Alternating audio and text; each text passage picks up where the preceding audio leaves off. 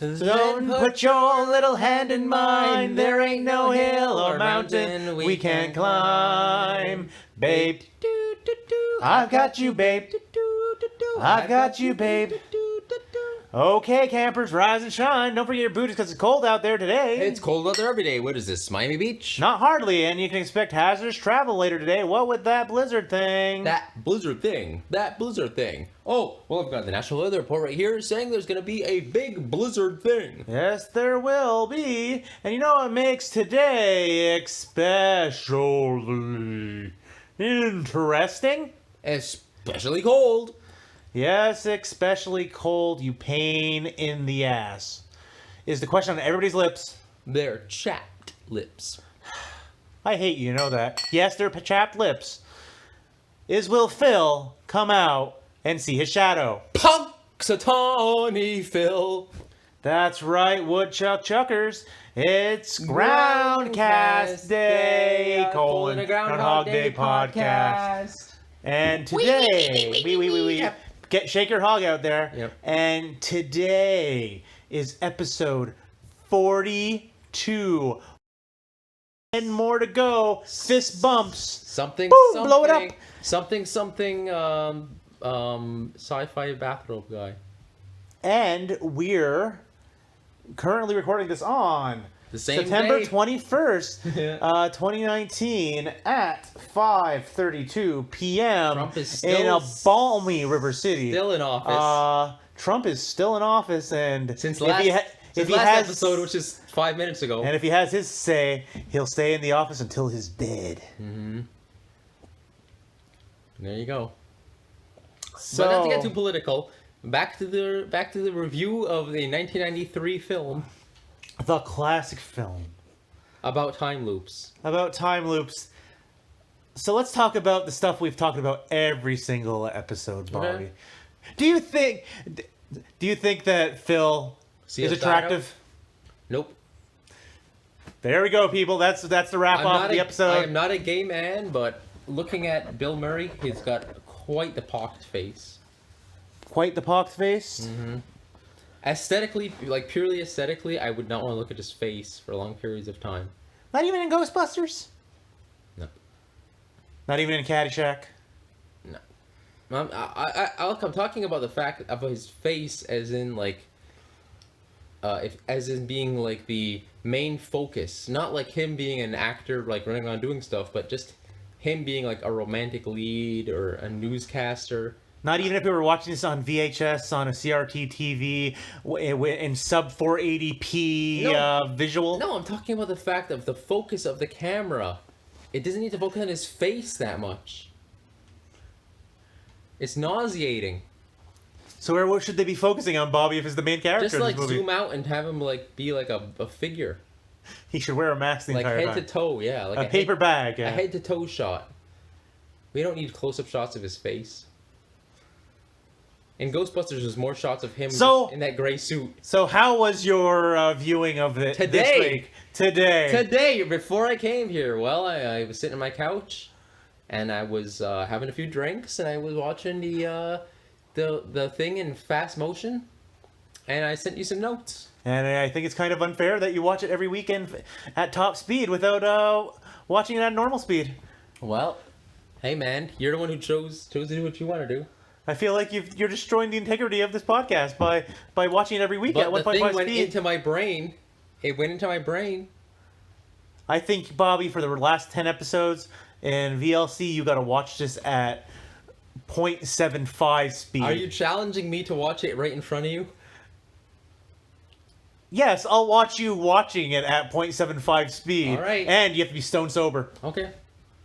And I mean stone sober. I don't mean anything the night before. Yeah. Okay. I'll videotape it at the same time. Okay. There you go. Nah, I don't want to watch you. It's like having to stare at the craggy face of Bill Murray for several hours. Because at 0.75 speed, Bobby, think about how... No, that's not... You know, people like blood, a little bit faster. sausage. It would actually be more along the lines of... Okay, campers, rise and shine. Don't forget your booties because it's cold out there today. Mm-hmm. At 0.75 speed, it still would be... Legible. It's like you would still know it, but you would notice that everybody sounds like Eeyore. They're a little drunk or tired. Everybody's slurring their speech. Uh-huh. So, yeah, my watch of it was great. I watched it last night. I don't remember anything. My brain is literally killing itself. Like, brain cells are dying as I watch this film every week. I cannot remember a single thing. And we've got nothing popped out at me. 10 watches to go. So, obviously, we're ripping off the worst idea of all time. That's right. And in that with permission, in that first season, they did it so perfectly. And it's like, oh wait, they zeroed in on the background. But I find it's harder because in this one because of the fact that everything is just repetition. Yep. But I got some new notes this week. Yep, finally. But we'll go into some stuff last week. I found a new place to mine for content. But in this case, with the caveat of it being specifically about the musical. Okay. So there's a little place called Genius Lyrics. You've heard of Genius? Like, you've heard of the idea of the people who service lyrics to you? Just go on. So if you go to the songs for the Groundhog Day musical, they have annotations that you can go over words. Like for instance, the song Hope, when you go over the title of it. Just send it to me on the Discord. I'll send it to you later on, yeah. And we make fun of the people. I feel bad for saying that we make fun of people when we are the ones that deserve to be made fun of for doing this over and over again. Yep. But people really tear apart these songs. Like, for instance, Hope, when they talk about, they're talking about the song Hope and how it's like, oh, he's not saying hope of through tomorrow. No, he's hoping that today will be the day that he can kill himself. Because it's a joke. It's an irony. It's dramatic irony. Yeah. I would actually like to admit that a while ago, like, I passed out and I put the Groundhog Day, the musical soundtrack on and listened to it while I was sleeping. So it kind of got burned into my brain a bit. I came to the realization that the front half of the musical is okay, but it's really only in the second act. It's like every single song is a banger. Like, everything else picks up good. Okay. I'm just saying, it's a good musical. Clearly end heavy. Bottom heavy, one might call it. So after that, no, I didn't want to go on a gay date with you to the Corn Fest. No. The future is now, old man. A gay date? Cornfest.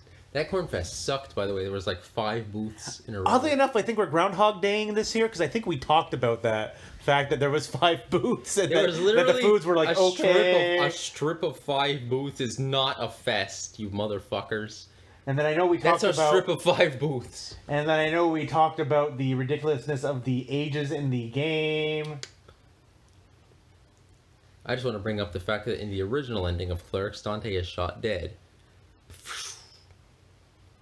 You might never what I want. Robert. So, here we go. Here's what I started posting. What does it say about the nature of the soul if Phil can kill himself and others in multiple universes? Is there really only one soul? Yeah. If there are multiverses, does each soul have to pilot around millions of variations of the same person? If this is true, can you really never kill a person unless you kill every iteration of them that exists? Yeah, think about that. Because we're talking about the fact that when somebody dies, there's other versions of them out there. They're not really dead. If you die tomorrow and there's millions of other universes of you out there still living, you're not dead. So if we're talking about a soul, which is something that's spiritual, that powers your animus, your ability to move and live, you're not fucking dead unless every single one is dead. As he says this, I'm watching him transform. His hair's falling out and his brain is growing until he's finally sitting on it and he's floating through the air with it. And then a pipe appears and lands firmly in his mouth. And the words appear underneath it that says, "Big Brain Roberts." And then the brain continues to grow and makes a worthy opponent for me to play against in chess. So my take on this from a philosophical standpoint is that we're merely seeing an aspect of the soul that we're never truly seeing only. We're never truly seeing the whole of what each person is, and I'm talking about that in real life too. You never truly see what a person is, who a person is. No. We're only seeing one part of it. So, in the context of Groundhog Day, and our crazy theory about it being a multiverse of him dying every day and going to the next life, and repeating that day over and over again, is that in this universe, Phil is the only Phil because he's slowly wiping out all of them on the same day. It's like through eternity, but it's at the same time there's an infinite world, so he'll never truly be the one and only Phil. But in all the ones where he doesn't die, he's slowly becoming the Earth. They continue on, and as he becomes the Earth Phil, you notice that he stops being as selfish. He stops being. But what about all the Ritas, all the Larrys, all the Nancys, all the Nads? Because they're not stuck in this situation of dying after 24 hours and jumping to a different timeline. They go on with themselves. It's just nearly one facet of whatever the soul is, whatever this nebulous thing of. But doesn't that soul have to power multiple people now? I think honestly, if there are multiverses, because the time loop we keep saying is like it's not really a time loop according to our theory. Our interpretation of it is that he dies in universe A. Mm-hmm.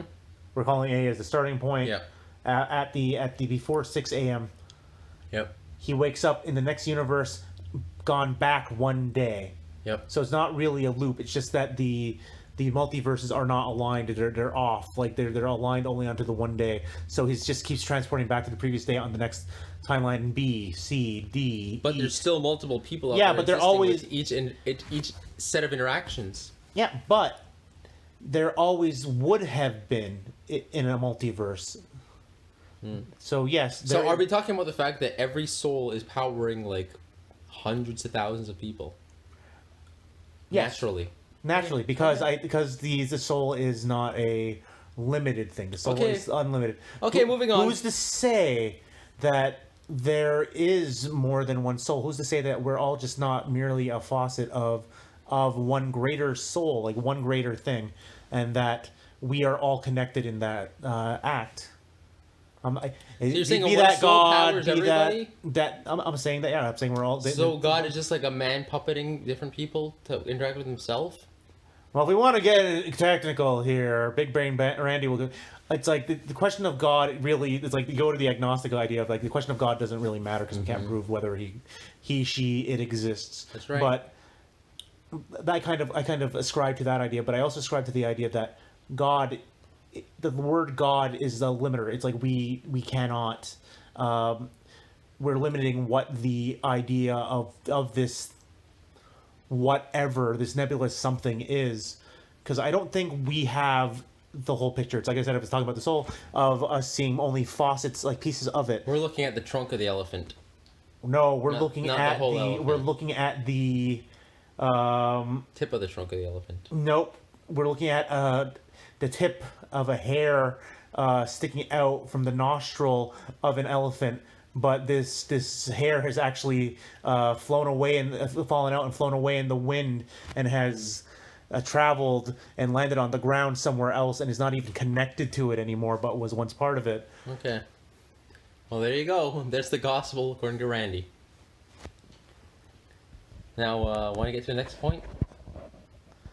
After that discussion, Bobby, there is no point because everybody who's listening to this podcast, me and you, are the same. We're all connected. So all the things that we talk about, they've already talked about because they too have had these thoughts and have had their feelings. So that existence is meaningless, as is doing the podcast is meaningless, as is living in this world is meaningless. But I want to get to my points. As are all your points are meaningless. Mm-hmm. This movie is meaningless. This movie has no meaning anymore. No, it doesn't.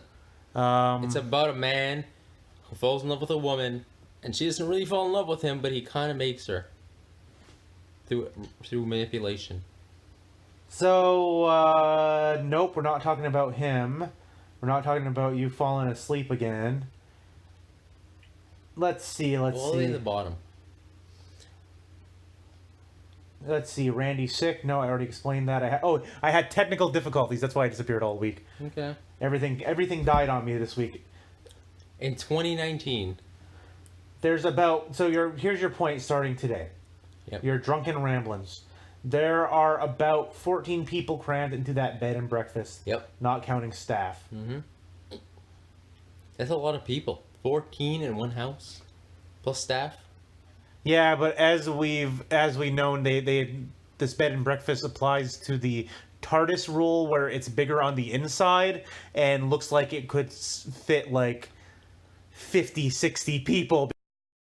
Hallways. Even if you add another layer to this house, imagine 15 people in here right now. 14 guests plus Mrs. Lancaster. Yep, with a humongous receiving room, a humongous dining room, one bathroom at the end of the hallway, and No. Everybody has their own toilet, just one shower. Yeah, sorry, one shower. Yep. With no hot water. But also, do they all have fireplaces? Do they all have a sitting or Those are receiving fake room? fireplaces. So they all have their own receiving room, so nobody has to leave their rooms. This place is Except like the shower. except the shower and go eat. Yep. But how many rooms are in there in this fucking house? So there's at least like... We will never rooms? know because the geometry of the place does not ascribe to what's on the outside. Very Eschurin. No, it's very much like, this is a movie. We weren't allowed to actually film inside the building, so we built this in a warehouse. Fuck you, physics. Physics doesn't matter. Nope. Nothing matters, Bobby. Everything Nope. doesn't matter anymore. As if nothing really matters. Bling, bling, bling, bling, bling, bling. I feel like we talk about this in some way, shape, or form every few weeks. You quoted back at me from Ned, have you ever heard of single premium life? Because I think that really could be the ticket for you. Yeah. And we talked about that before, but I just realized he's talking about that's the ticket. Like your ticket out of here. Is to have a premium life, to have a good A life. single premium life. Like you just need to do one iteration of having a premium life and that's your ticket out. But as we know, in a real world, you only get one life. But this isn't the real world, this is Groundhog Day. Yeah, but he's saying that you need to have a single premium life. So when he's finally free of this loop, he'll have achieved a single premium life. That his life will be the best life he could have. I mean, he ends up having 2 children, a statue put up for himself as if a god in the middle of the town of Punxsutawney. Yep. Maybe not Woodstock, Illinois, but at least it's Punxsutawney, Pennsylvania. Yep. What's the next point? You jumped around. You say when Phil asked the cops why the road is shut down, neither of them acknowledged the huge truck blocking the tunnel. That's right. You know who else never acknowledged that huge truck, even though we've looked at that scene multiple times? Me and you. Yeah, we're talking about the fact that like, the blizzard's blocking the road. I'm like, how about that fucking giant truck blocking the tunnel? You mean the truck that appears to have ignored the sign about the overpass being too low and is now jammed in there? It's like sideways. It's blocking like 2 or 3 lanes.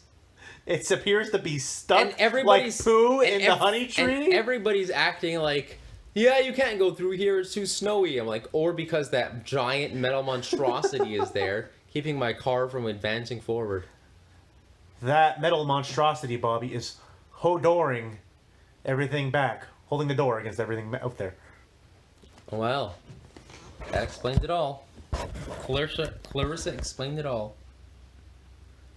So your next point you had brought up, which I'm going to table and come back to because I didn't get to look at the tape on this one, but Uh-oh. remind me next week. You brought up a possibility of a continuity error that when Phil and Rita are eating in the diner, Yep. and Rita says, Phil, then Gus turns around and says, like the groundhog, Phil? Ralph isn't at the table when the angle changes. That's right. He is. So that one I didn't go back and look at the tape. He's not there. You can clearly see there's nobody next to Gus when he turns around, and then when it changes, suddenly Ralph is sitting across from him. I'd have to check the tape just to see realistically if that's just simply Because the play a of the few seconds camera. earlier, you can actually see I know, you can see him in every Ralph scene. get up and walk away. Ah. You can see him get up, like after the guy drops the tray of dishes. You can actually see Ralph get up and like start walking towards what I guess is the bathroom. And then when Gus turns around and says that, then suddenly Ralph teleports back to the table. So let's just clear up the 10 seconds or so. Hey everybody, we're going a little extra long because there's only like 3 or 4 other things on this thing. So let's just get these out of the way and start fresh next week. You brought up next that you were surprised that Phil didn't try to get Rita drunk to get into her pants. Yeah, if he was being a manipulative asshole, like he had never thought to just keep feeding her drinks. Maybe he was trying. Maybe some of it had become the manipulation, not so much the goal. Like, how can I manipulate her in the best optimal path in order to get into her pants? Not just simply, I could knock her out and tear off her clothes and do her path to victory, if you will. Yeah, he wants the best path. He wants the. But why would that not help him? Considering that all he cares about at that point, including cringy Phil, is like getting in her pants. Why not just keep getting her drunk? Well, we never see the darkest timelines of the days, so... That's right, but he did. From what we can see is that he's trying to do... He has a plan, he wants his plan to come to fruition, and he wants her to be part of it. He doesn't just want her to... Her body to be there. Yeah, he just doesn't want her body. Even though he kind of does, because of all the weird Nancy things, and the lady with the garter and all that stuff. Movie date. This is... something that I noticed too, but you brought it up, so I'm glad you did. Okay. This is the first time I ever noticed it. So during the date before the serial killer sting, Rita tells Phil, "Let's not spoil it," in the hotel room. This is the same line that she later uses on Ned, as opposed to ruin it. Yep. I noticed that too yesterday. Oh, yesterday. Okay. Because I watched it last night. There you go. Knowing that I had to work in the groceries. Let's not spoil it. And then then at the end when Ned was just like, "Where are we going?" "Oh, let's not spoil it." So that's her line of like dismissing people. Is that her her go-to catchphrase? Is that her catchphrase? Only when she just wants to get rid of someone. I just pointed that out. I noticed that, like, wow, that's cool. I just noticed that today, like, after 42 watches now, that she says that twice in the movie. I've said it before, and I'll say it again. Why didn't Phil give Rita the time loop explanation again and take her on he does his rounds? Yep. Then she would have an actual reason to like him instead of just seeing him play the piano and hearing a few things from people. Yep. Because at that point in the movie, Bobby... He didn't care. He didn't care anymore. He was living his single premium life, appreciating Rita from afar. He's premium life, not his couple premium life. So it doesn't make any sense for Rita to fall in love with him when he's just like, "Oh, I gotta go. Bye. I'll see you tonight." Because before that, he was doing all the weird things of getting everything in a row. It's just like, okay, I'm making the best of this really shitty situation of being stuck in this time loop, because if I had my time again, I would do it all the same. I forgot where I was going, but yeah. Randy, I think you're just white knighting for this fucking movie. It's clearly a bad last day. Because at that point in the movie... It doesn't make any sense. At the end of the movie, he's not trying to make her love him anymore. He's just trying to... Then why do they keep adding the love story there? Because that's the natural end of the story at this point. Then he should have talked to her more that day. Yeah, but you're looking at the tension between what the intentions of the character is and what the plot's intentions are. So for Phil, the character, the point after he has that conversation earlier on in the movie with Rita, and where he explains to her the time loop, and she goes, "You know what? Maybe this is a good thing." It's like, you can do anything you want. You can learn everything you want. You can become a better person. And he becomes to love himself, love the situation that he's in, and accepts everything about his life. He no longer is there the self-loathing, the regret. And only once he's done that outside of his own power does she come to him. He's no longer trying to get into her pants, so to speak. He's no longer trying to take her heart. He's trying to... He's looking more towards his own self-worth. But now there's not enough... Again, we've established there's not enough for her to be attracted to at that point because she didn't see enough. but she's had enough to have her interest piqued.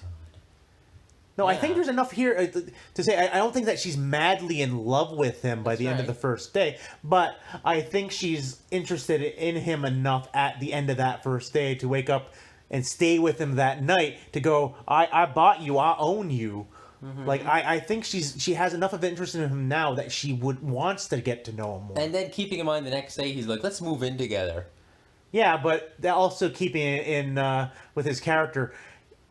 From her point of view, he's still making the same jokes he was going to make at the beginning of the movie. Yeah. Because that's the type of joke that old Phil would have made.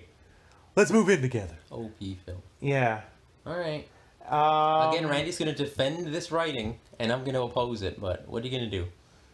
So, you also lastly brought out more timeline shenanigans that I don't like, that make no sense. Yep. Ned hasn't seen Phil for 20 years. Uh-huh. So Phil's age is actually about 38, assuming he finished high school at 18. Yep. Bill Murray does not look 38 in this movie. He doesn't, but that's what Ren says. I haven't seen you in 20 years. So unless Phil finished high school and usually late, he should be about 37, 38 years old. 39. But wait, also, was Ned his same age? Is he younger? It still would have been 20 years. 20 years is 20 years, man. And Phil would have left first. No, I'm trying to justify it to get him into like his 40s at least. I'm like, okay, he could have he hasn't seen him in 20 years. Failure, and then No, we know he dated Phil's sister Mary Pat until he said not to anymore. So Phil could have been out of school and Ned still dating his sister, and him going, no, stay with my sister, and then that's it, you know?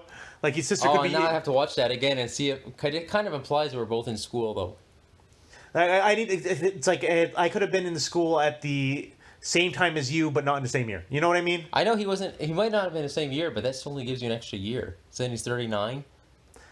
I'm saying that we could get maybe like a year or two out of it, maybe 3 pushing it, like is 3 years younger. Yeah, because maybe Pat was a year or two younger than him. Yeah, like you know what I mean? Like maybe his sister was a junior, he's a senior. It's like.